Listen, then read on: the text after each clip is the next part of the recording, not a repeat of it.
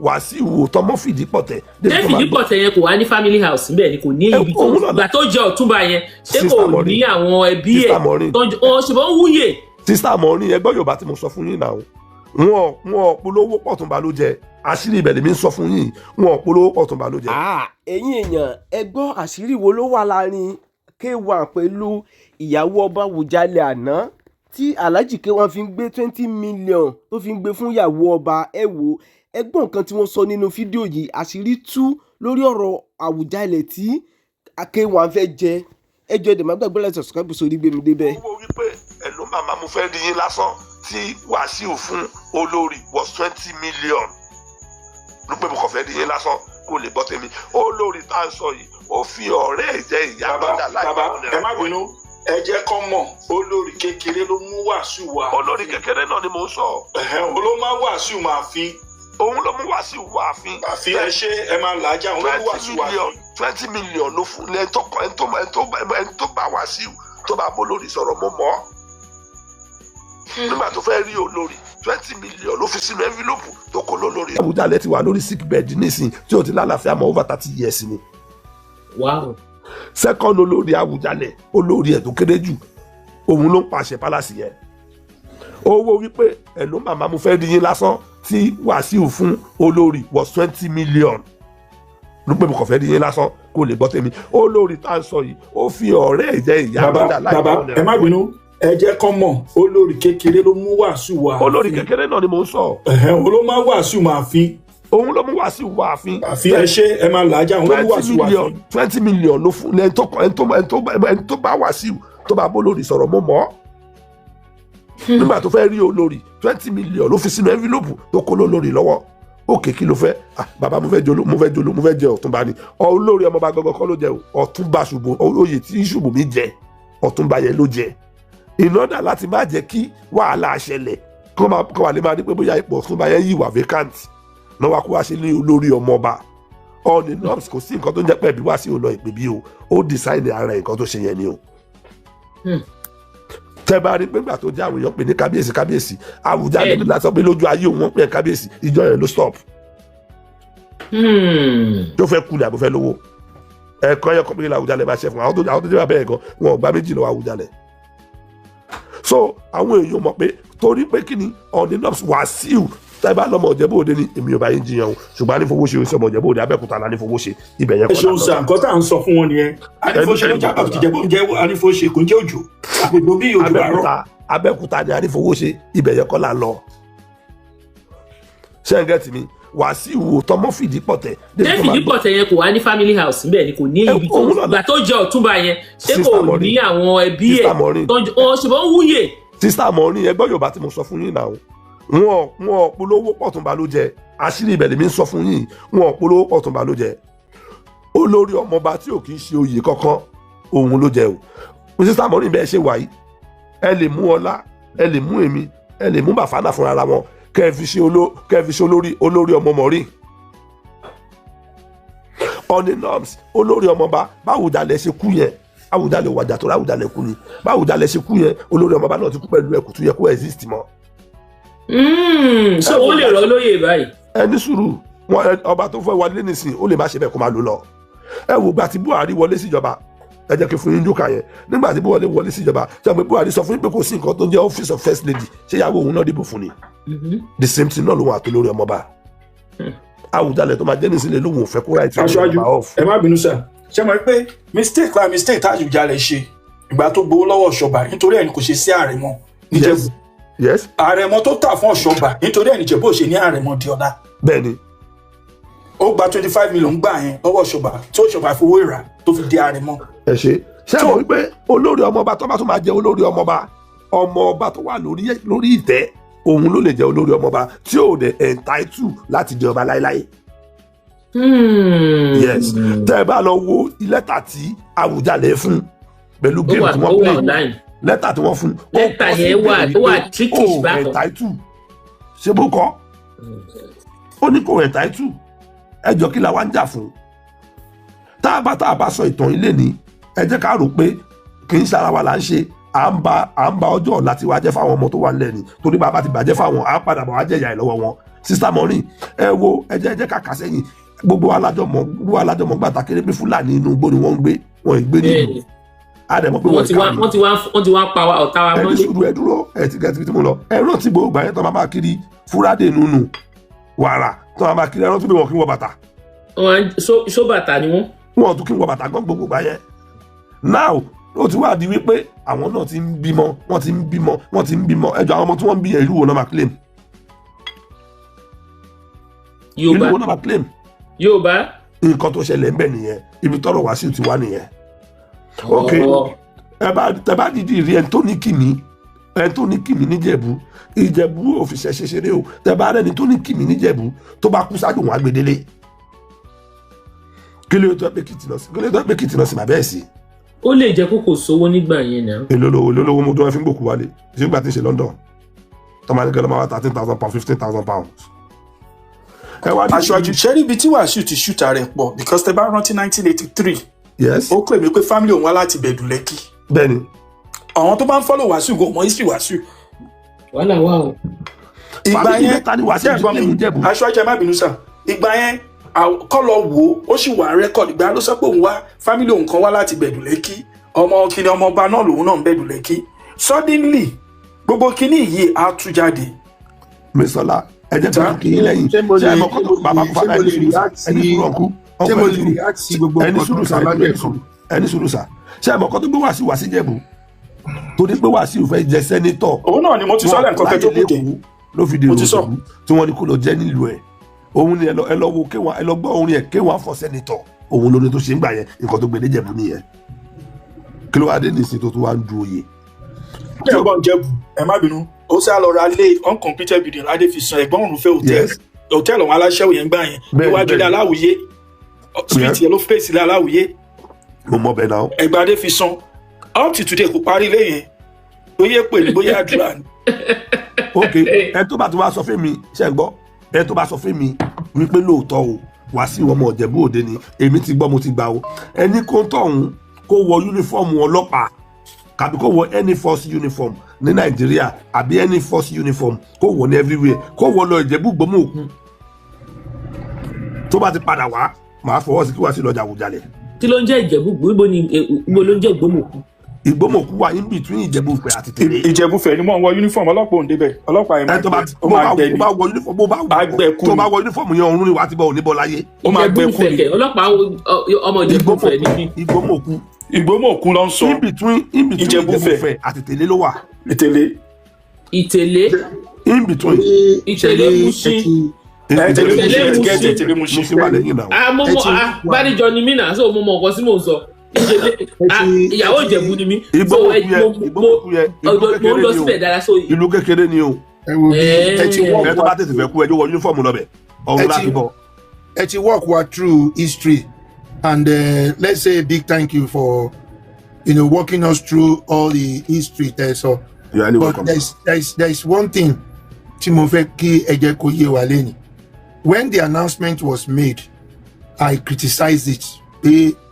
Why is this man, wanting to become the Ìjẹ̀bú king? Because number one, kò ń ṣe pé ó fẹ́ retire from music. Ṣé ọba Ìjẹ̀bú Òde á fi orí àpèrè lẹ́sìn á lọ máa kọrin? Ó ṣe máa kọ́ fáwọn big men náà. What is he trying to do? Ìyẹn ni. But ṣe rí nǹkan tẹ́mi ṣì ń fight ń bíbá ẹ̀ ní wípé ṣe rí ibi tí wọ́n sin èèyàn sí kò really define pé he is from that place or he is not from that place. ṣe rí gbogbo àwọn nǹkan tá à ń sọ yìí àwọn dádì wa yẹn bẹ́sẹ̀ ọlá lórúkọ yín sá wọ́n ní láìpẹ́ láì jìnnà gbogbo kìíní yìí máa jáde a máa rí òótọ́ sọ̀rọ̀ mi yé yín èmi kàn believe wípé ó kàn associate ara ẹ̀ mọ́ àwọn ìdílé méjèèjì yẹn láti lè fi ẹsẹ̀ nǹkan tó fẹ́ ṣe múlẹ̀ but ọmọ Ìjẹ̀bú Òde ni. bàbá mo tútù dànù mo tútù sọ fún ìjọba Ìjẹ̀bú. Mísọ́lá ẹ jẹ́ ká gbà pọ̀ ọmọ Ìjẹ̀bú ni. láì dìbò níjẹ̀bú. ẹ jọ ẹni dúró náà Sister Maureen sáìdì Ìjẹ̀bú. Mísọ́lá ní sùúrù Sister Maureen ní sùúrù. ẹ jẹ́ kí n délẹ̀ ẹ máa react sí tán mi ní pẹ́ ẹ jẹ́ kí n sáré sọ mi ní pẹ́ ṣe rí nílé ayé yìí àwọn èèyàn kan wà ẹ má jẹ́ kí n sọ pé àwọn èèyàn àwọn ẹ̀kọ́ má dàbí pé mò ń yọ ara mi kúrò àwọn èèyàn kan wà tó jẹ́ pé owó wà lọ́wọ́ wa o owó ò sí lọ́wọ́ wa o a máa ń like láti live fake life ẹ̀rẹ́ lomi tó bá jẹ́ pé ìlú tí Dangote ti wá ló ti wá tá a mọ̀ bẹ̀ ó lè ní ọmọ àbúrò dáàdì òun ní Dangote but ìjọ táṣìírí bá máa tú a kàn máa mọ̀ pé so àbúrò dáàdì ẹ̀kọ́ ní Dangote ó kàn wá from the same village pẹ̀lú Dangote ni so èmi believe wípé kó tó di pé nǹkan dá fún ọ̀gbẹ́ni he has been living some fake life he has been attributing himself with nǹkan tí ò jẹ́ ṣọ́rọ̀ mi yé yín sìn and now it's very difficult láti sọ fáwọn èèyàn pé òun ń ṣeré ni because tani ṣé gbogbo orin tó ti fi kọ ni ọmọ fìdí pọ̀tẹ̀ ní Jẹ̀bú Òde o bẹ́ẹ̀ náà ṣó máa tún wá sọ pé òun ń ṣeré ni so àti yí kíní yẹn padà ó máa tough gan àwọn etí tó bá dẹ̀ ti gbọ́ àlọ́ fìdí pọ̀tẹ̀ ló pera ẹ̀ ń gbà yẹn kí ló dé tó tún sọ pé ọmọ kíní kan ni ẹ̀ ń sìn ṣọ́rọ̀ mi yé yín sìn so èmi mi sọ fún yín wípé ó wá láti àwọn ilé yẹn mo agree pẹ̀lú yín kò tán mọ́ àwọn ilé yẹn but he is from Ìjẹ̀bú Òde but àwọn irọ́ tó ti pa àwọn irọ́ tó ti pa. Bàfánà ẹ má darí mi àtọ́kùn mi rò ọ̀la ẹ má bẹ̀rẹ̀ o. ẹ mọ̀ kan tó ń bè mí nú ẹ má máa sọ pé ọmọ Ìjẹ̀bú Òde sẹ́ Ìjẹ̀bú Òde á ní fowó ṣe. Mr. Ọlá Bàfánà ó dàbí Bàfánà yìí Mr. Money ẹ jẹ́ kí n béèrè ìbéèrè yìí lọ́wọ́ gbogbo floor anybody tó bá ti gbà tó bá gbà ń sàyẹ láàrin ìṣẹ́jú kan màá fún jọ 100,000 naira. Ó yá. ọmọ olúbo ní kúkú. Ìjẹ̀bú Òde náà. Ìjẹ̀bú Òde ní kúkú. Irú ọ̀rọ̀ wo lẹ ń béèrè yìí? Bí òbẹ́kì kúkú ni. Ẹ má wọrí ẹ jẹ́ bẹ́yìn ti dáhùn pé Ìjẹ̀bú Òde ní ó yá kẹ́lómi náà dáhùn ọmọ olúwo ni. Kúkú Margaret wà Jẹ̀bú ni. ẹ wọ láti ọ̀ṣẹ̀lẹ̀ náà. So kúkú ó sọmọ Ìjẹ̀bú Òde. Kúkú ṣé kí n fọ́ tébù. ẹ má fọ tébù. Ìjẹ̀bú Òde ó migrate wá ni wọ́n jà fún wá sí Mr. Ọlá ẹ jẹ́ ká fọ́ torí àwọn tó tún mọ̀ tán ṣé ẹ gbọ́ Kúkú is Malian. Wọ́n ti fẹ́ da yé rú o. Ẹ̀yin Ìjẹ̀bú yìí máa fọ ayé o. Ṣé fọ ẹ náà ẹ jẹ́ wá ṣàlàyé fún yín tẹ́ ẹ bá wò gbà ìwáṣẹ̀. Aṣíwájú yìí ẹ jẹ́ ìyẹn wò dáadáa wàhálà ti fẹ́ dé. Aṣíwájú ó dà pé kúkú kì í ṣe ó dà pé Ọ̀yọ́ náà pé ó dà pé ó ti wà o. Ìbàdàn lọmọ kúkú. Bọ̀ ó ṣe jẹ́ kúkú Ọládélé àbí kì í ṣe kúkú tó jáde. ẹni sùn Ọládélé ọ̀tẹ̀ tí mo sọ fún yín pa máa tún dé 1973. Ìjẹ̀bú Ọládélé Ọládélé. I think it's time for me láti sọ àwọn kankan bí bá ṣe rí gbogbo àwọn nǹkan tá à ń sọ yìí gbogbo àwọn nǹkan tá à ń sọ yìí gbogbo àwọn nǹkan tá à ń sọ yìí. ọkùnrin fàdà ẹni sùúrù sà ọkùnrin ẹni sùúrù tó ṣe gbọ́ nígbà ìwáṣẹ̀ ẹni pé táwọn bàbá wọn bá fẹ́ jagun gbà yẹn ọkùnrin fàdà ẹni sùúrù ẹni sùúrù ẹni tó bá fẹ́ jagun wọ́n máa ń rán. Wàhálà wà o. ṣé ẹ ń gbọ́ Sister Maureen. Ẹ má da platform rú eléyìí tẹ́tú gbé wá lálẹ́ ìtúlẹ̀ o. Sister Maureen èmi fàyè lẹ̀ fẹ́ anybody kan fa check mi o. Wọ́n ní Kúkú was a traveller ó tọ́nu mi. Nàìjíríà ní Ifẹ̀ ló ti kúrò. èyí rẹ̀ ní Mr. Ọlá ajagunta ní Kúkú ajagunta. Òun náà ni mo sọ ajagunta I have heard from reliable source that Wasiu father was an ajagunta. Ifẹ̀ ló ti kúrò ó jagun kiri ni. ẹni náà máa jẹ́ kí fọ́tébù yẹn tán. Wọ́n ní èèyàn kan tún sọ ó ní Wasiu father is ó ní àbínò ní from Ìjẹ̀bú Òde. èmi ti ẹ bá wọrí ìyẹn ò ní mí ní inú tó ro ní yàrá wọn wà yín o ṣe problem ẹ kásá fẹ́ ń sáré fọ́tébù ilé nínú ẹ̀fọ́ yìí. Jerry. Mr. Bufana jáde ẹni sùúrù ọ̀nkù mi ṣé ń gbọ́ nígbà ìwáṣẹ̀ táyì ń jagun táyì ń ṣe gbogbo ẹ máa rántí pé tífẹ̀ bá fẹ́ jagun ó máa pàrokò sọ́yọ́ á pàrokò síbẹ̀ á pàrokò everywhere ẹ fún wa lọ́mọ ogun yín o ẹ fún wa lálágbára yín kó wá support wa o. gbígbéra tí Kúkú máa gbéra kúrò ní Mali ẹ fast check mi o anybody lè fast check mi o gbígbéra tí Kúkú gbéra kúrò Mali ṣé ń gbọ́ ilé ṣàlọ́dé sí. ilé ṣàlọ́dé sí. ẹ bá mi power tap ó ń dùn mo ń gbọ́ o. Aṣíwájú ló dé sí nígbà tí Ìjẹ̀bú náà ní ìdènà ogun òkó Ìjẹ̀bú rí o ogun òdẹ̀kó wa láéláé wọ́n ní ìdí èèyàn alágbára láti kún alágbára wa ta ni first balógun Ìjẹ̀bú Òde a ní balógun wa náà wọ́n ní ìdí supporter náà fi ránṣẹ́ káàkiri Iléṣà àbíjẹ̀ṣà dẹ̀ ni wọ́n fún wa ní Odúsànyà lórúkọ tó jẹ́ ńgbà tí wọ́n dé Iléṣà. Ayọ̀ọ́lá ti tún gbé mi ìdè o. Odúsànyà lórúkọ tó jẹ́ ńgbà tí wọ́n dé Iléṣà. wọ́n á padà bọ́ sókè wá sọ ìwà Ayọ̀ọ́lá yẹn ẹ go ahead. So nígbà tí wọ́n wá fún wa ní bàbá yẹn tí wọ́n fún wa bàbá yẹn wá kún àwọn alágbára wa ń Jẹ̀bú wọ́n bá wọn jagun. Sister Maureen ẹ sọ fún mi wípé tí n bá wá lé yín tí mo gbèjà yín tí mo support àwọn tẹ nílé tí mo defeat ẹ tó wá fẹ́ wá kó yín lógun tó fẹ́ wá jà yín lólè ṣé ẹ má gbà kí n lọ. láíláí máa dè yín mọ́lẹ̀. nǹkan tó ṣẹlẹ̀ tí. Now this is my question. ẹni sùúrù sáyé jẹ́ kí n láǹdì ẹni sùúrù bàbá mi kọ́ question yín lẹ̀ ẹni sùúrù náà ẹni sùúrù máa dá yín lóhùn máa wọ̀nyí. This is my question. ẹni sùúrù náà. What is your source of sorry sir. Information. Question mi lele. Wọ́n ní kí ni source of your information o. Sister Maureen. Question mi lele. Sister Maureen. Èèyàn kan lórí Facebook historian ni wọ́n máa ń sọ ìtàn Yorùbá. Ẹ tó bá ní source of my information. Tẹ́ bá fọ́lù ènìyàn gbogbo àwọn kìíní ilẹ̀ nìyẹn máa ń sọ. Okay. Sister Maureen. Historian ni wọ́n wà lórí Facebook. Question mi lele. Ẹni sùúrù fada ẹ má dojú ọ̀rọ̀ ẹ bẹ ìfi question jẹ́ kí n sọ pé mo sọ tán. Sister Maureen. Ẹ tó bá wá source of my information nù ẹ tó kó lọ bá gbalẹ̀ wọn kí wọ́n pa ojúlówó òtàn fún ọmọ Yorùbá ni gbogbo wa kò sí yíbò ń bí. Okay. Ṣé ń gẹ́tì mi? Okay o ti kúkú yìí mo ti gbọ́ lé ní mo jí sọ́wọ́. Ẹni kò sọ ọ̀tọ̀ Jésù fún wa àbí tán mọ̀ọ́mọ́ wa sọ tí bá ti mọ̀ tán dúró àbí tán lè bàbá problem tiẹ̀ nìyẹn. Ibẹ̀ yẹn kọ́ ni mo ń lọ.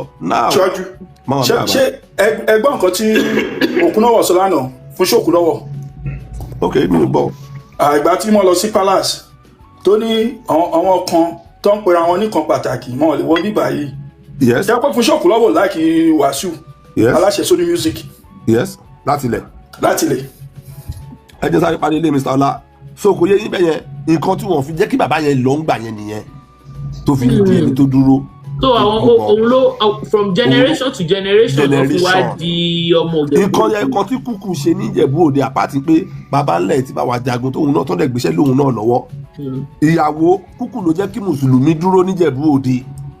Àwọn kìrìsìtẹ́nì kọ́kọ́ dọ́dọ̀ kúkú wọ́n wàásù Jésù fún nígbà tí béèrè kan ló béèrè lọ́wọ́ wọn nínú ẹ̀sìn tẹ pè lẹ́sìn tẹ mú wáyé ìyàwó mélòó lèèyàn lè ní àwọn kìrìsìtẹ́nì sọ pé yọkan ni ó dẹ̀ lé wọn ìfẹ́ ìfẹ́wé nínú oko àfẹ́ nǹkan bẹ̀ nígbà táwọn mùsùlùmí dé ọ̀dọ̀ ẹ̀ ìbéèrè kan náà ló béèrè lọ́wọ́ wọn ìyàwó mélòó lèèyàn lè fẹ́ lọ́dún ẹ̀sìn tí wọ́n ní mẹ́rin ni mẹ́nà ní gbogbo ẹ̀ ó ní ìró èmi ní ìsìnkú pé ìyàwó 30 ni mo ní ń kọ́ ayégbá yẹn tún lè fẹ́ jù bẹ́ẹ̀ lọ ọ̀pọ̀lọpọ̀ àwọn tí wọ́n kó lẹ́rú ni kúkú fẹ́ ìyàwó 30 lò nítorí wípé kúkú níyàwó 30 ó dẹ̀ jálágbára ó jálára àwọn alágbára ń gbà yẹn ó dẹ̀ accept pé gbà tí wọ́n ti ní òun lè kó ìyàwó 30 òun wọnú mùsùlùmí ló fi gba mùsùlùmí ẹ̀dẹ̀ mọ̀ pé gbogbo ìgbà yẹn nǹkan tálágbára bá ti gbà gbogbo ayé ló máa gbà ọmọ àbílí pé bẹ́ẹ̀ lọ́nà ibi tí mùsùlùmí ti dúró nìyẹn. ibi tí wọ́n ti kọ́kọ́ bẹ̀rẹ̀ pa ẹ má bínú ibi tí wọ́n ti kọ́kọ́ bẹ̀rẹ̀ mùsùlùmí tí wọ́n ti kọ́kọ́ bẹ̀rẹ̀ pa nígbà yẹn níjẹ̀bú Òde lẹ́ni ibẹ̀ náà ti ń gbé mọ́tò lọ́rin Ìjẹ̀bú Òde ni mùsùlùmí ti lọ sí lọ́rin. ẹ fast check me. I'm open to fast checking. Now ẹ jẹ́ kí n fact check in this way now bẹ́ẹ̀ ṣe wà yín sìn ẹ jẹ́ ká rewind lọ sí bíi 18th century or bóyá ayé àtijọ́ ẹ jẹ́ jagunjagun sìn kẹ wá kúrò ní ìletò kan kẹ lọ jagun ní ìletò míì kẹ wá borí wọn ní ìletò yẹn tẹ bá tẹ̀dó síbẹ̀ yẹn tí ó bá wá di pé ẹ ti gbilẹ̀ ọmọ olúbo náà máa pè. ẹ ṣe ọ̀rọ̀ gidi ní ìbéèrè tẹ ìbéèrè yẹn ẹni sùn lọmọ sálá ẹni sùn ẹ má dá sí àṣà yẹn pín sọ́nà méjì sá tẹ́ ẹ bá kọjá àyè yín ọmọ olúbi tí wọ́n fi yín sí yẹn náà. gẹ́tẹ̀ ìjọ tẹ bá ti ta sí àjẹrẹ. ẹ kó wọn lẹ́rú bẹ́ẹ̀ ni ẹ jẹ gàba lé wọn lórí ẹ gbọ́ bí mo ṣe. aṣọ àjẹjẹ yẹn ṣà question yẹn báyìí ni ìwọ tó gàba dé wọn lórí tó wá jẹ ọba tó tẹ̀dó síbẹ̀ ó ń ṣe ọmọ ìlú yẹn ọmọ tó bí síbẹ̀ lọmọ ìlú yẹn but still yet ó yóò lè kàn wọ́n. ẹ ti dáhùn question mi ẹ má sọ̀rọ̀ lọ́mọ ẹ ti dáhùn question mi. ó ti tọ́ Sister Maureen. aṣáájú mo wà ń bí ẹ ní gbogbo dákẹ́ mò ń gbọ́ ni. I love that answer. ẹni sùúrù bùfánà sà ẹni sùúrù ẹgbẹ́ ni ó important àwa òde ìlú òyìnbó rí ṣùgbọ́n aláwọ̀ èèyàn bẹ́ẹ̀ adẹ̀ ń gbọ́ ròyìn ìlú òyìnbó. wọ́n ní UK ti ṣòfin ní ìsìn ó ní ọmọ tí wọn bá bí ìyá ẹ̀ tán bá trace ìyá àti bàbá ẹ̀ tí wọ́n bí wọ́n sí bí ìyá ẹ̀ mẹ́ta sẹ́yìn tí wọ́n bí wọn sí ìlú UK tó wá dẹ́pọ̀ ọmọ yẹn lọ bí síbi tó bá ti dáràn wọ́n á gba pálí wọn lọ́wọ́ ẹ̀ máa deport wọn àti ìyá àti bàbá ẹ̀. ẹ wá tútù story yẹn sọ ẹ tútù story nǹkan tẹ́ sọ ẹ tútù sọ. sísá mọ́ni ẹ̀ bá dá wọn lóhùn. Ẹ dá mi lóhùn mo fẹ́ gbọ́. sísá mọ́ni ló wá lóyìn gbé mi ò sí lóyìnbó sísá mọ́ni ẹ̀ bá ṣàlàyé fún wọn. ẹ sọ ẹ bá wọn sọ ẹ bá wọn sọ because. ẹ rí ọ̀rọ̀ UK kọ́ là ń sọ bí ẹ má jẹ́ àjà ìbá ìtàn ẹ bọ̀ sí Wasiu ọ̀rọ̀ Jẹ̀bú Òde Awujale case là ń sọ. The issue is this. Lágbádá kan síbi kan lókè ní sùúrù àwọn ọmọ Fúlàní tí wọ́n bí sílẹ̀ Yorùbá nìsín kí ló tẹ̀ sọ pé Fúlàní ni wọ́n kọ́ gbàlú wọn lọ. Yorùbá ni wọ́n. ẹ jẹ́ ìsọ̀kan fún yín aṣáájú Sister Maureen ṣẹ́rí àwọn fans Wasiu wọn lọ fẹ́ pa Wasiu láìtọ́jọ́. ibi tí mo fẹ́ ká dé gbọ́ngàn láṣẹṣẹ. àwọn fans Wasiu lọ fẹ́ pa láìtọ́jọ́. no. ẹni sùúrù Bafana ṣẹ́rí kó bá jẹ́ ṣe nǹkan lọ́ọ́ dájú mi olóbùkún pọ̀ jù náà àwọn fans Wasiu yẹn àwọn ló ń tì. ṣọ́ọ̀bù èyí yín because ẹ wù. àtìyàn sí nǹkan téèyàn ò bá fẹ́ ṣe. ẹni sùúrù Bafana ẹni sùúrù. kẹwàá aṣọ ọlọ́pàá lọ sí. ẹni sùúrù Bafana. village tẹ̀sán sí yẹn. jẹ́rí nǹkan tí Jẹ̀bú wò. o lè tì yín náà. ẹni sùúrù Bafana. nǹkan tó wà nínú ẹ̀ tó fẹ́ ṣe ni. ẹ gbọ́ mi ṣé àmọ́ pé ńgbà mi máa ń wà ọtí ẹni tó mọ ọtí ẹ̀ ló ti ṣe nǹkan tó fẹ́ ṣe o. kò lè fojú àwọn èèyàn ló ń ti Wasiu especially on fans ẹ jẹ́ kí nǹkan bọ́ lé ilé mi. Mr. Olao ẹ mọ̀ pé Wasiu ti ń to kinní ìbọ̀ kì í ṣe 20 years. kò tó nǹkan kan ẹni sùúrù ẹ mọ̀ láti jẹ́ bó ṣe jẹ́ kí Wasiu tó fi lè débẹ̀ nǹkan méjì ni ẹni sùúrù Bafana ẹni sùúrù Bafana àkọ́kọ́ mọ̀ pé tí Wasiu bá jọba Ìjẹ̀bú Òde dàbí ọba tí kàkúmọ́ ṣe bọ́bọ̀ tó wà níbi tóoro yẹn àti tọ́gà ta síwín tí Wasiu bá jọba ǹjẹ́ tọ́gà á pọ̀ bàjẹ́. ẹ máa sọ pé ó máa dàbí Rashidi Ìwò. That I agree with you 100%. Terry ìyẹn mo accept but èmi ò fẹ́ kó jẹ ọba torí wípé wèrè lábí wo wèrè. èmi ò fẹ́ kó jẹ ọba because mi ò rí quality leadership lára ẹni to be honest with you. nǹkan tí mi wá fight bíbá eléyìí ni pé àwọn fáǹsì ẹ̀kọ́ Wasiu fún ara ẹ̀. òun fún ara ẹ̀ gangan. ó lọ́ọ̀bù ẹ̀ ó ní ipò ọba adára o ọba ẹ̀kọ́ ni. ṣé wọ́n ti lọ jẹ oyè tí aláǹgbá. ẹ̀wọ̀n èjì ẹ̀ wojú ẹ̀ nígbà tó kọrin ipò ọba adára nítorí bá yẹ oṣù máa débẹ̀ o. ẹ gbọ́ ilé náà Mr. Ọlá ọba abí tí Wasiu lè jẹ tí ayé ò ní mi lọ́wọ́ wò tí ó dẹ̀ ní dáadáa lẹ́sìn sọ fún yín. ọba ọ̀gbẹ̀rẹ̀ nítorí kò sọba lọ́gbẹ̀rẹ̀ Awùjalẹ̀ ló kírètì ẹ. kò wá ní possible ẹ jẹ́ sọ reason why. owó òfẹ́ rú ọba bẹ́ẹ̀ yẹn. kò ṣe pọ̀ tó fẹ́ first class. ẹ jẹ́ sọ reason why tó ṣe lọ sí. kó lọ yọ olúwo kó mẹ́ kó jẹ tolú kó jẹ ti wò. kò tán mọ́ wo. ìbárẹ́gbẹ́ ló folú ló fi Rashidi síbẹ̀. eléyìí ọ̀fọ̀gùn state náà lè fohùn náà síbẹ̀. àyọ̀rọ̀ Ìjẹ̀bú gbà yẹn. ẹ mọ mistake tí Wasiu ní ni pé Wasiu believe pé with owó ọ̀gbẹ́ni yẹn ya wèrè gan tó bí ẹ mọ nǹkan tí problem tí Wasiu ní Wasiu believe pé òun ti ní owó tó àwọn kan kò dẹ̀ mọ̀ pé Ìjẹ̀bú ìjọba bá fẹ́ kó. because right now àwọn Ìjẹ̀bú ń béèrè pé kí ló ṣe nínú ìlú àwọn kí ló Sister Maureen nǹkan méjì máa sọ fún yín ẹ bí pé kí ni nǹkan méjì tẹ bá fẹ́ joyè Ìjẹ̀bú afẹ́ fẹ́ ṣe òṣèlú ìjọ ẹ lọ máa pè tán ẹni tó ìjọ ẹ lọ máa pè tán ẹni tó kọ́ báyà yìí sùn Ìjẹ̀bú tó disvirgin yà yín Ìjẹ̀bú nítàn lọ́wọ́ gan wọ́n ń sọ̀rọ̀ ẹ gbọ́ ọmọ sí i ṣé mo tẹ́ bá wà ní Ìjẹ̀bú ọmọ sí ẹ wà tẹ́ bá wà ní Ìjẹ̀bú inú mi dùn aṣáájú tí gbogbo bá jáde lálẹ́ tẹ́ bá kọ́ bàbá yẹn tani bá rẹ̀ ń rẹ̀ yìí ọmọ alágbájá kiri agbólébo èsì bá rẹ̀ ọmọ ilébo ṣọ́ọ̀mù èyí ṣẹ́rí ọmọ agbólébo sí wọ́wà. ṣẹ́rí Wasiu ó bìlíìfì pé òun lówó kò dẹ̀ mọ́ pé àwọn tó máa ṣẹ́wó Wasiu ní òkèjì lówó ẹ̀ níwájú àwọn kan Jẹ̀bú tọ́ọ̀dẹ̀ pariwo. tó bá gba olówó ń Jẹ̀bú ọ̀pọ̀ alálẹ̀ bùrọ̀ Wasiu sí nọ́mbà 50. Wasiu ní owó tó ládi first born Ṣùbọ́mi Balógun kò ní owó ẹ̀ lọ́wọ́. I agree, that's true. but ṣẹ́rí fake life wà sí i. Lugakan gan-an. bàbá ẹ̀ ni Lugakan ti pọ̀ jù ẹ má mention Lugakan. Lugakan. ṣẹ́rí ọlọ́wọ́ bá Wasiu olówó sókàsì. ẹ̀rí nǹkan tẹ́mi kan fẹ́ ni pé káwọn ìdílé méjèèjì yẹn constant grand wọn. wọ́n ti mọ́ bá wọn kọ́kọ́ announce ni wọ́n ti jẹ́ ọba wọn rẹ̀. àwọn Bafana wo TV lánàá ni. no. gbogbo wà ní palace àtọ́. wọ́n ti píìkì ọba wọn wọ́n ti mọ́ ọba lánàá wọ́n ti ń wúre fún náà.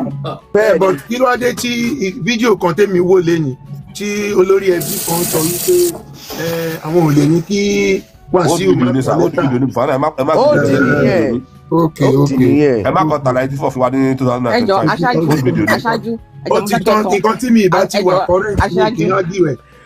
ẹ lọ wò dáadáa Bàfánà ẹ máa rí aṣíwájú agbádùn yín o. aṣáájú ẹjọ mo fẹ́ kẹtàn wọn lẹ́sìn kankan ẹjọ mo fẹ́ kẹtàn wọn lẹ́sìn kankan kí ló dé tàbí wá ní ẹ má gbé mi ní mo wà ọ́n dàbí ìwẹ̀dà ẹni bóun mi ò play ẹ má gbé mi. wọ́n ní kí ló dé ní tangerine méjì o. tangerine méjì náà ti ṣe ìkànnì bá kó ló ṣẹlẹ̀.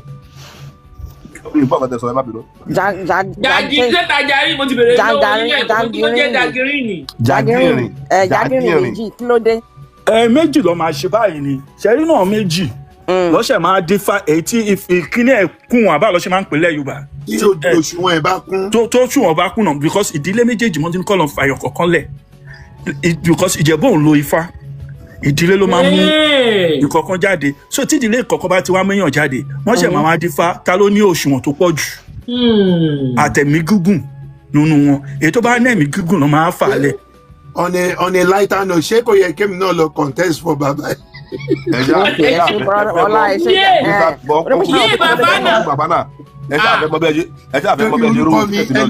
torí TikTok ní mi ẹ lè ní mi ìṣọmọ Ìjẹ̀bú Òde. so ẹgbẹ́ náà contest ọba àdúgbò ìṣòwò ìpele àbí ìṣòwò Ìjẹ̀bú Òde Ìjẹ̀bú Òde o ajagbadura. Bàfánà ẹ má wọlé ọmọ àbìdí pọ̀ tẹ́mọ́lẹ̀. wọ́n fún Bùfánà gbàgbé báwọn ṣe rówó tíkẹ́ẹ̀tì lọ. nǹkan tí mo ṣì wà lórí stand mi. Bùfánà Wasiu fans ni Wasiu fans ni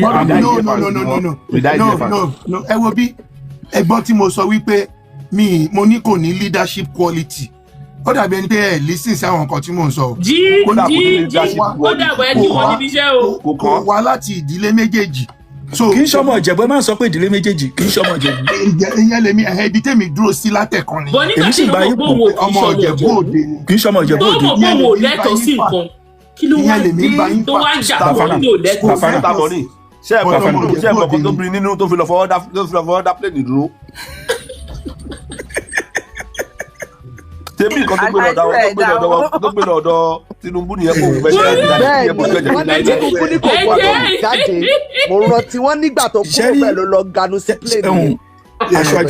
aṣáájú ṣẹ́rí most people aṣáájú ẹni sùúrù Bàfánà ẹ̀jẹ̀ ẹni sùúrù ṣẹ́rí most people understand Ìjẹ̀bú kinship ṣẹ́rí even ẹni tó bá wà nígbà tó bá rántí ìgbà tí Olúmọlúsì tó wájà tí gbégbé. agọ́wòye. no ọba Ìjẹ̀bú ṣé mo pé for 47 years mo ọba ń jẹ because Olúmọlúsì sínú Àwùjalẹ̀ pẹ̀lẹ́ because Olúmọlúsì even àwọn showcase gbogbo àwọn Adénúgà wọ́n gbìyànjú wọn ò lè lo politics lórí ọba ní Jẹ̀búland. ṣé Olúmọlúsì ló ń jẹ́ ní àbí Olúmọlúsì sorry thank you for the correction ṣé mi yé yín. wọ́n ní 25 years ni o kì í ṣe 47 years. no táwọn sọ bẹ́ẹ̀ it's more than 25 years. sọ fẹ́ ni ẹ kó padà lọ lé kó lọ tútàn béèrè. ìgbà tó wájà tó ní kégbé kégbé mi is 1977 ló ṣẹlẹ̀. èyí mo lè gbé wá gbé sógbé kọ́gi. kò sẹ́ni tó mọ ibi tó wá sí. tó ẹ rí òkú ẹ̀. mo rí òkú ẹ̀ nítorí ẹ̀ lọ ṣókàsì gbìyànjú ọba mọ́ ọ̀fù ṣẹ́rí ó pẹ̀lú nǹkan Àwùjalẹ̀ ṣẹ́rí gbogbo kíní Ìjẹ̀bú ọ̀tẹ̀ pọ̀ gan but kì í ṣe ọ̀rọ̀ téèyàn lè sọ lórí social media. wọ́n bá yẹn wọ́n ti jẹ́ ìsìn àwọn ní mọ́ṣẹ́ jẹ́ ni. mo dúpẹ́ lọ́wọ́ yín fún giving me. ó yẹ jáde fẹ́ parọ́ kan Bùfánà bàbá rẹ̀ ní sùúrù ọ̀pọ̀lá Mr. Lẹ́yìn jáde fẹ́ parọ́ kan mọ Mr. Mọ̀lẹ́ máa gbọ́ o ẹ̀sọ́ tó tọ́ o ṣé wọ́n ti Àwùjalẹ̀ tó kú yìí ṣọ́ba ni àbí figurehead. Àwùjalẹ̀ kì í ṣọba mọ́kànfíà ni. torí wọ́n ti yọ kíní ló yọ bọ̀bọ̀ ọmọ Ìjẹ̀bú Òde yìí náà ló yọ. Ọ̀nàbànjọ́ ń gbà yẹn ní 1981. wọ́n ṣe fẹ́ gbé MPN wá sọ MPN Buhari sọ fún wọn ní 1984 wípé ó lẹ́yìn Ìjẹ̀bú ó ní mọ̀mọ́ pẹ́ ti yọ Àwùjalẹ̀ o ṣùgbọ́n ẹ gbọ́dọ̀ fẹ́ lòmíì síbẹ̀ o torí àlọ́ ìfẹ́ gbé MPN wá sí Ìjẹ̀bú ṣé Ìjẹ̀bú gbà lọ́wọ́ ẹ̀ ó tẹ́sí ni. but ìgbà tó ń yọ ọba tó dẹ̀ ṣe Bísọ̀nù Banjo, God bless you. tó ń play role ọba títí tó fi kú. ọ̀nkú ṣe bẹ́ẹ̀ gbọ́kàn tá a sọ ní ìsìn náà o. wọn gbọ́dọ̀ fẹ́ lù mí síbẹ̀ wọ́n dẹ̀ yọ. tẹ́yìn bá sọ̀rọ̀ ńgbà yẹn pé rán ó ṣe kíní kan ọ̀tá gbọ́kàn pé ilẹ̀ jẹ wọ́n. Cherry aṣáájú fẹ́lá tó ya wèrè jù gan wọ́n sọ yẹn lẹ́la torí òkè. Aṣáájú Cherry jọ tí ọba ti mú Wasiu jẹgba tí oníbọ̀ fìbà ọ̀bọ tọ́gì ẹ̀ tó ti jọba. Ní ojú Wasiu náà tún wà ní. lẹ́yìn oníbàyẹn nìkan àti Saheed náà torí Démọ́lá ló ẹ̀ ń tàìtù. Elégùṣì. Démọ́lá ló ẹ̀ ń tàìtù. Bẹ́ẹ̀ni. torí Démọ́lá jẹ́ PDP. Saheed gẹ̀dẹ̀dẹ̀ APC ni ọmọ Tinubu dẹ̀ ni. Òun náà ni Démọ́lá. Ẹ̀gbọ́n ló yẹ kó jẹ́. Ẹ̀gbọ́n náà. Ẹ̀gbọ́n torí bẹ́ẹ̀ yẹn jẹ́ PDP. Wọ́n kà fásitì. Ẹ̀gbọ́n tí wọ́n yẹn ìdá inú ilé kan ló ti wá náà. Yes, wọ́n kà fásitì. Ọmọ ọba ni wọ́n yàn. CAPC ó dẹ̀ sọ. Ọmọ bàbá kan náà ìyá kan náà ni wọ́n. Ó ní tóun bá padà. Ọmọ ìyá kan náà bàbá kan náà lọ méjèèjì. Tóun bá jọba yẹn tán òun á padà sí PDP o.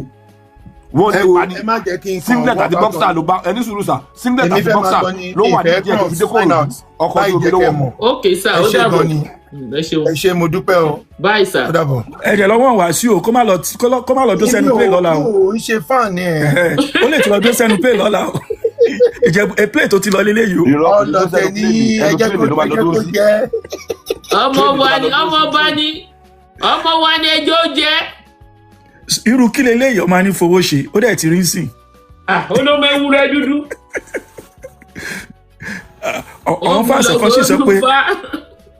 kan sì sọ pé Tinubu ti pàṣẹ bó kọ rẹ̀ ní Tinubu pàṣẹ ń jẹ́bù àìmọye jẹ́ pé ó máa yẹ̀yẹ́ Tinubu pẹ̀lú àṣẹ wèrè ẹ̀. Ajẹ́ pé Tinubu fẹ́ ní ìhòòhò nìyẹn ó fẹ́ ní ìhòòhò ọjà. Mo ní tírèènì Wasiu máa lọ mú dání lọ́la. Ṣé ẹ rí àwọn olùkọ́ wà tẹ́ pé ẹ lè tọwọ́ bọ̀. Babangida ẹni sùúrù Babangida Ìjẹ̀bú sísá mọ́rí tálẹ̀mọ́ tí ò jẹ́ kí Babangida ti kú látijọ́ yìí. Èmi ò mọ kílẹ̀ mi. Ìjẹ̀bú náà ni Ìjẹ̀bú ni ìgbà tó lọ mú wẹ odò kan mọ́ lọ mú wẹ odò yẹn ni odò tó lọ mú wẹ. Babangida ẹ̀yẹ́ Babangida rà rè ni ó máa rú lùgbàlùgbà kó tó kú. Mr. Morin tẹ bá dẹ̀ fẹ́ ogun ká kò sí ìlú ní gbogbo ilẹ̀ Yorùbá tó ní tó jẹ́ gbogbo. kan bá bujú ẹ wáyé títí ẹ bá ẹ. Ìjẹ̀bú kó bọ́ ní ẹ̀pẹ̀rẹ̀ ṣó lọ́gì. Ẹ tí mo mi o ẹ kalẹ̀ ẹ káàbọ̀ ẹ bá wa dá sí ètò. Ẹni. Àrọ̀ borí kọ́rọ̀ yẹn wọ̀ yìí lára ẹ̀ tí ráyè dá tèmi Ìjẹ̀bú gbó tọ̀rẹ́ méjì kó ìjà lọ sí ààfin ọkùnrin lórí níwájú ọba. Sísá tèmi ló ń sọ̀rọ̀ yìí. Fúnpọ̀ tí ẹ wá fẹjọ́ mi sun kábíyèsí yẹn fún kan tó lè sọ yẹn màá wá ṣe. Ṣé ni mo gbàyàwó ẹ̀ ni mò ń yọ fẹ́tẹ́lẹ̀ màá wá gbà ń sìn kó wá wo nǹkan tó wá ṣe. Ìjẹ̀búgbó no díẹ̀ díẹ̀ mọ́. Àwọn big powerful men níjẹ̀búgbó ni mò ń sọ tí n bá dárúkọ wọn tẹ mọ̀ wọ́n dáadáa o. And MC ma tẹ bá tún wòran kò sí ìlú ní gbogbo Ìjẹ̀bú-land tó lówó tó olówó Ìjẹ̀búgbó ló pọ̀ jù ọ̀n lọ́lọ́wọ́ jù. Ó tọ́ lè sọ. Ṣebí bẹ́ẹ̀ náà ló gbogbo àjẹ́ tiwa. Àwa náà máa ń gbọ́ bẹ́ẹ̀ àwọn gan-an wà fashionable jù gan. No, Ìjẹ̀bú-Òde ló wà fashionable. This is it. Ìjẹ̀bú-Òde ló wà fashionable báyìí. If there is one thing I love about Ìjẹ̀bú-Òde, erojúde ọba yín yẹn is the best in West Africa. But Ìjẹ̀bú-Òde kọ́ ló kọ́ ṣojú ìjọba náà. Ìjẹ̀bú-Òde kọ́ ló kọ́ ṣojú ìjọba. Ọlá ẹni sùúrù wọ́n tún ṣe kọ́ṣẹ́ wá sáàdì bẹ̀rẹ̀ náà ọ̀pọ̀lọpọ̀ ń bìlífù ìpójúde ọba yẹn mùsùlùmí lónìí irọ́ ni o kúkú ló gbé láwà níwọ̀ o kì í ṣe tẹ̀lé rárá. Ara tẹ̀ ń dá ti last one yìí. A ti ń ṣe ta ọba wọ́n tó wá ta mùsùlùmí fún kúkú o ìta ọba ni o. No.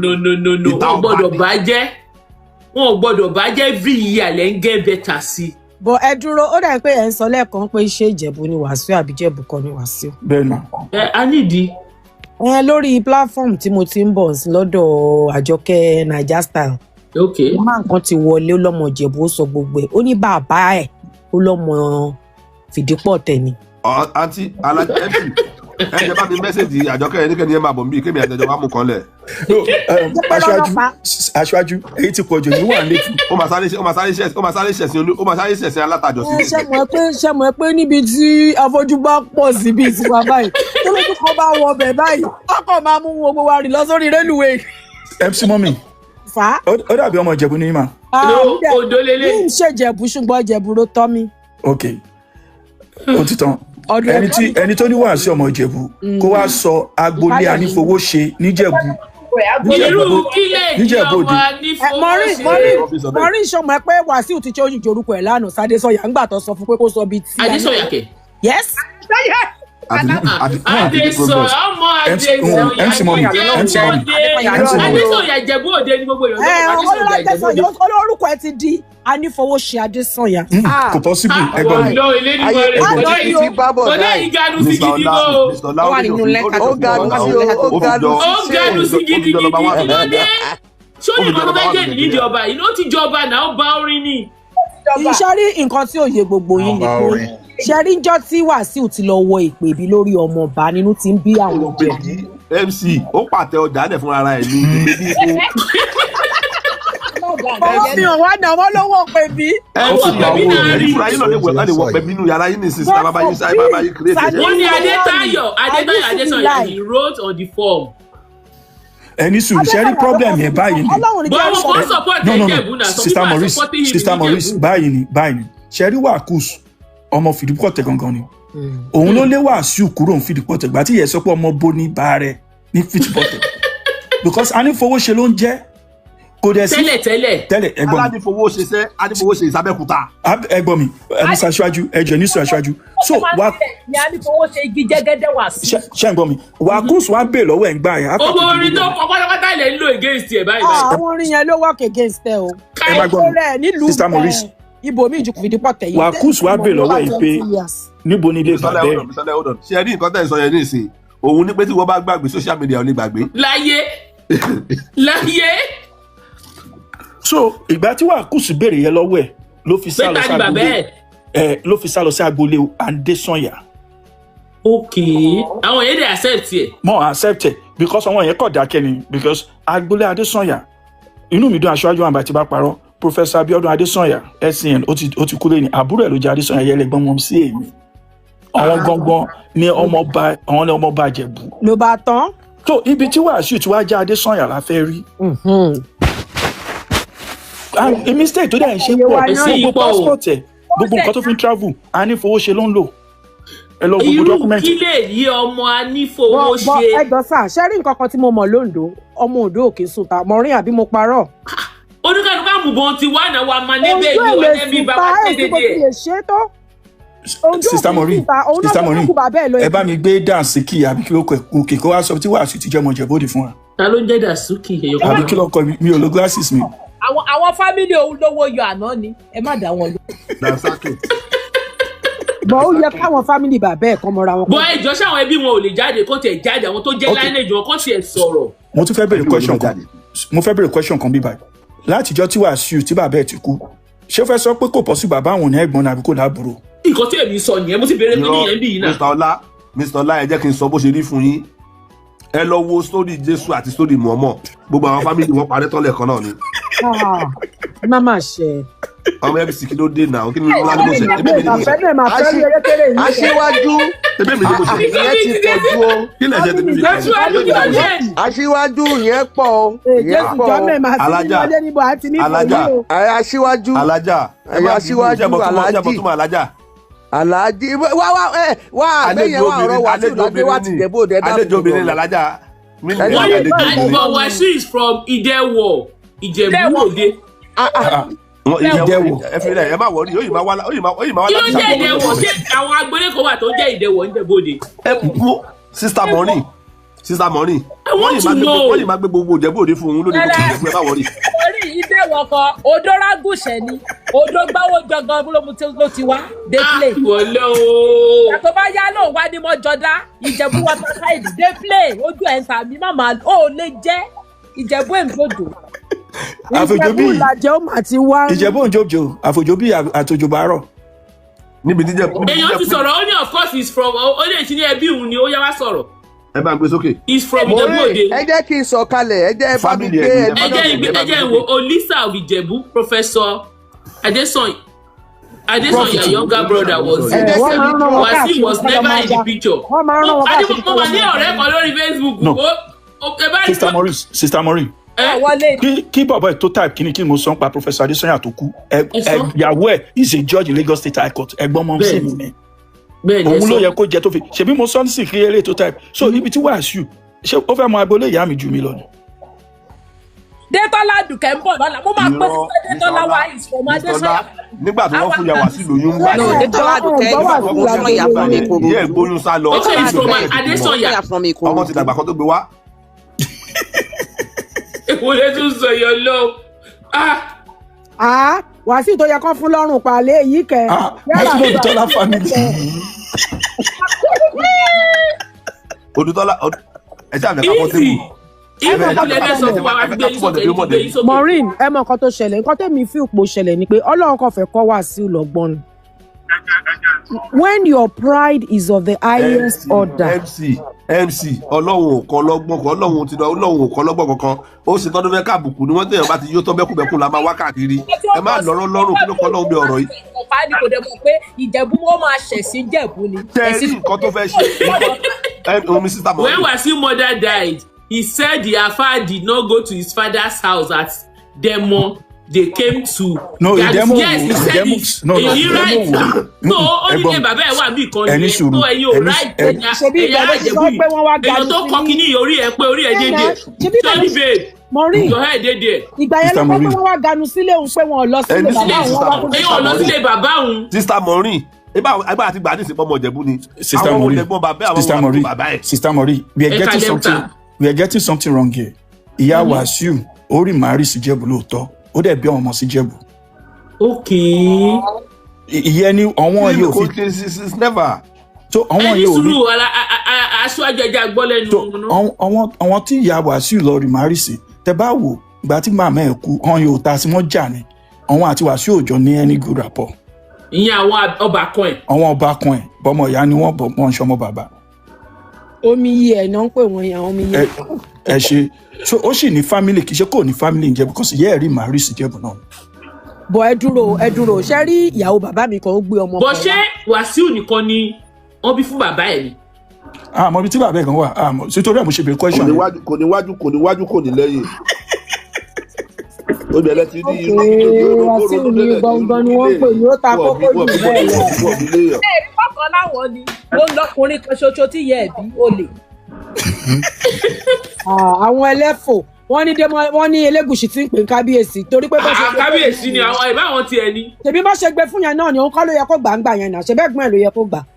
A ní nǹkan tó ṣẹlẹ̀ sí Rashidi Ìwò àti Démọ́lá àti Saheed Elégùṣì òun náà fẹ́ ta tẹ́tẹ́ ẹ̀ wò. Kò mọ̀ pé Ìjẹ̀bú á máa wò ẹ́ báyìí má tí wọ́n kọ lógiri o wàá jóná lóòyẹ̀ tó bá ti Ìjẹ̀bú kọ lógiri. Aṣáájú ẹ ṣàkíyèsí pé ìgbà tí Wasiu bẹ̀rẹ̀ gbogbo wèrè gbogbo àwọn olówó Ìjẹ̀bú wọ́n dẹ̀ parapọ̀ dẹyọ kan. Ìjẹ̀bú òkè tábà try tiwọn. Wọ́n dúró ẹyọ kan. Sister Maureen gbogbo Ìjẹ̀bú lè máa bára wọn jà ẹ jẹ́ kí bá try tí wọ́n fẹ́ sọnù gbogbo àwọn máa dẹyọ kan ni. Aṣáájú ìtumọ̀ fìdípọ̀ tẹ̀ ni wọ́n máa pàdípọ̀ ọba ọ̀tẹ̀ jẹ́ ni. Nílẹ̀ ló tu àwọn olówó ọmọ fìdípọ̀ tẹ̀ mọ́lẹ̀. Kò sọ ojúṣàájú yìí rí. No, sórí oní eléyìí tó gbé fùsẹ̀gbùwà ṣé fùsẹ̀gbùwà náà pé àbọ̀rí. Ṣẹ́rí báyìí ní fùsẹ̀gbùwà a lot of family ló wà lọ́wọ́ bẹ́ẹ̀. Maybe wọ́n tẹ́ ọmọ tẹ́mi rò kó fẹ́ ṣe wọ́n wò pọ̀ opportunity lélẹ̀ pé tóun bá ní kóun dúró de fìdípọ̀ tẹ́lẹ̀ bóyá àgbà 50 years. Sister Maureen a lot of family ló wà lọ́ndà fùsẹ̀gbùwà àbí kí ló kàn wọ́n.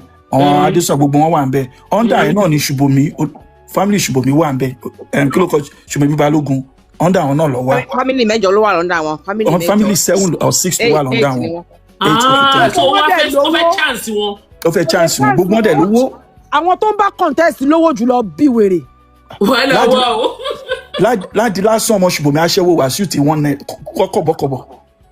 Ládi. Easy, can you say something please? Kódà ní gbọ́ polo. Easy ẹ kalẹ́ o. Nínú àwọn tó ti lówó rí ní gbórúkọ ẹ̀ mẹ́ tó bá kọjú Ládi. Easy ṣé ká drop yín ni because ẹ sọ̀rọ̀. Mò ń sọ̀rọ̀ dámi lóhùn. Ẹ kalẹ́ sà. Àwọn bàbá tó ń sọ̀rọ̀ yẹn wọn jẹ́ kẹ́lòmíì sọ̀rọ̀. Ó kẹ́ sọ̀rọ̀ ẹ má bínú. Ẹ ṣe ẹ jọ gbogbo ohun tí gbogbo wa bá ń sọ ẹ jẹ́ ká ṣe sùúrù. Okay sir. Láti rí i pé information àti knowledge tá a bá ní lórí ọ̀rọ̀ òun ni ká sọ̀rọ̀ lé lórí. I'm not a fan of Wasiu Ayinde, but narrative ń pé kò ń ṣọmọ Ìjẹ̀bú is not right, is not correct. Okay, sir. So politics nìyẹn, which is normal tó máa ń gbé jáde tó bá ti di ọ̀rọ̀ òṣèlú àbí ọ̀rọ̀ ọlọ́ba, because ọba gan ti di òṣèlú báyìí. So ìdílé mẹ́rin ni everybody mọ̀ pé ó ń jọba Ìjẹ̀bú ló ń jẹ Awujale. So ìdílé Fìdípọ̀tẹ̀ òun ni Wasiu ti wá. Whether rightly or wrongly, he is a Fìdípọ̀tẹ̀ man. But kò sí nǹkan tó jẹ́ rightly or wrongly. When you are from Fìdípọ̀tẹ̀, you are from Fìdípọ̀tẹ̀. No, ẹ máa gbọ́. Ẹ máa gbọ́. Mr. Eze ẹni sùúrù. Ẹ jẹ́ n conclude ẹ sọ̀rọ̀ tí yín náà. Don't interject. Ẹ má kó sí mi lọ́rùn, ẹ má kó sí mi lẹ́nu. lẹ́nu. Ẹ má sọ̀rọ̀ yín lọ. Ṣẹ́rí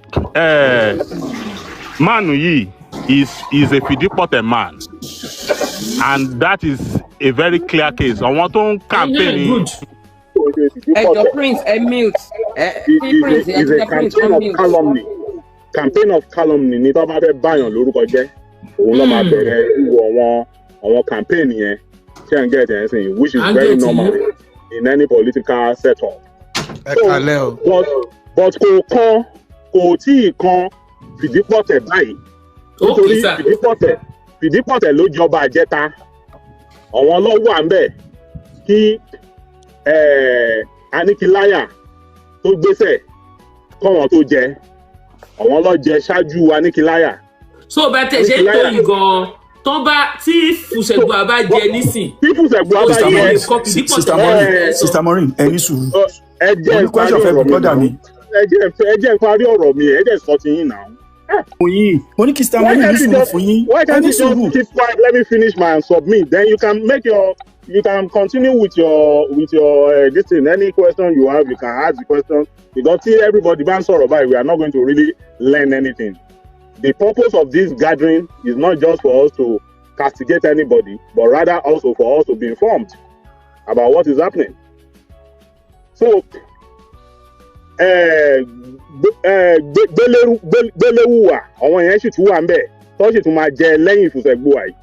So kò ń ṣe pé ó sì kan Fìdípọ̀tẹ̀, but Wasiu claim pé ìyá bàbá òun is from Fùsẹ̀gbùà also, which ó lè kàn tó bá yẹ pé wọn lọ́mọkùnrin bẹ̀ yẹn, but wọ́n lọ́mọkùnrin bẹ̀ tó kájú ẹ̀ náà, so kò lè kàn in that case. So ọ̀tún pé bóyá kò ń ṣọmọ Ìjẹ̀bú, ẹ má jà sọ nǹkan tí ò dáa. Àwọn ṣé mo lè wá bẹ̀rẹ̀ question mi lọ́wọ́ yín sà? Tó fẹ́ báyọ̀ lórúkọ jẹ́. Ṣé mo lè bẹ̀rẹ̀ question mi lọ́wọ́ yín sìn? Mo ń gbọ́ yín. Àkọ́kọ́ mo like submission yín. Yorùbá máa ń sọ pé ẹni bá sọ̀rọ̀ òun ló fẹ́ mọ̀ díẹ̀. Ṣé wọ́n pẹ́ ní Fìdípọ̀tẹ̀ ni Wasiu ti wá?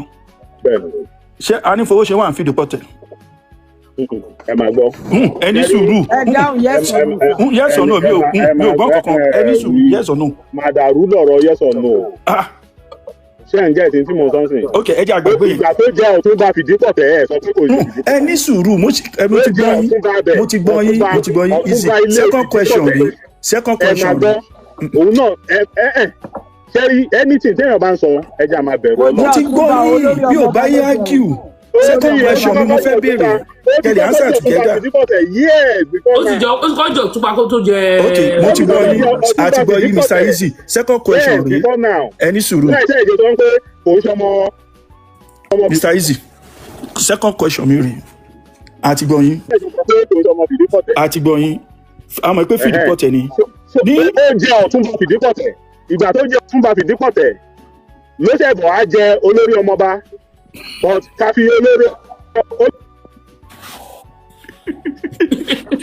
dáwà lálẹ́ because kò ń ṣe tọ́ọ̀nù Fìdípọ̀tẹ̀ láti jẹ olórí ọmọba. Tọ́ọ̀nù àwọn Fùsẹ̀gbùà ni because ẹni tó gbèsè ló jẹ́ Fùsẹ̀gbùà. Ọ̀túnba Ṣùgbọ́n Balógun is a Fùsẹ̀gbùà from that royal clan. Okay, mo fẹ́ bẹ̀rẹ̀ question kan lọ́wọ́ yìí. Ẹni tó máa jẹ olórí ọmọba òun náà ló máa ibi tó ti máa jẹ olórí ọmọba ibẹ̀ náà ni ọba máa wá kàn létà. Second question mi ò rí. tí ìfúnpẹ̀gbọ́n bá jẹ olórí ọmọ bá ń sìn yín tí ìfúnpẹ̀gbọ́n bá jẹ ọba ń sìn àwọn yẹn ló máa wá jẹ olórí ọmọ bá. ẹ má wọrí ẹ fún wa léèyàn márùn tó ti jẹ olórí ọmọ bá sẹ́yìn, ẹ fún wa lórúkọ wọn. mo ò need láti fún yín lórúkọ èèyàn márùn. Okay, àti gbọ́ yìí. Second question mi ò rí. Ẹni sùúrù, Mr. Easy. I'm just trying to be correct, politically correct. This is my second question. That's not the way to do things. This is my second correct. Ìtọ́ gidi la sọ àsọ politically bí. Ọ̀tẹ̀ tẹ́ ń gbélé ẹ máa gbọ́, ọ̀tẹ̀ tẹ́ ń gbélé yìí, ọ̀tẹ̀ yẹn. Ẹ má bínú dáa, ọmọlúwo lẹ́yìn, ọmọlúwo ní ìlà. Ọmọlúwo ní. Èmi Ọ̀yọ́ lèmi. Ọ̀yọ́ ní. Nínú Aláàfin àti Ọ̀yọ́ ta lẹ̀gbọ́n náà méjèèjì. Ọ̀dọ̀fin Aláàfin Ọ̀yọ́. Nínú Aláàfin àti Ọ̀dọ̀fin Aláàfin ìgbìngàn Ọ̀dọ̀fin Aláàfin. ẹ jẹ́ n béèrè second question mi Sister Maureen kémi tó dákẹ́ brother mi Mr. Isaac this is my second question. Ọlábísọ́lá ẹni sùn ẹ má waste question yìí náà wọn ti dáhùn kọ́ tí mo bí wọn nínú Aláàfin àtọ̀ níta lẹ̀gbọ́n. Ẹ kúrò bí gratuity ẹ ń bá àwọn tó bá wà ẹ ti yọjú ní ẹ bá máa yọjú lò nílùú. wọ́n ti dùn béèrè fún yóò jẹ́. ẹ yọjú ní ẹ yọjú lò nílùú. èèyàn tó jẹ olórí ilé kan ó jẹ olórí fìdípọ̀tẹ̀. ikọ́ tá a béèrè kọ́lẹ̀ dáhùn. Ìgbọ́n tó ń gbà yẹn nísìnyí lẹ wá ń jáde pé olórí fìdípọ̀tẹ̀ ti sàmì ṣe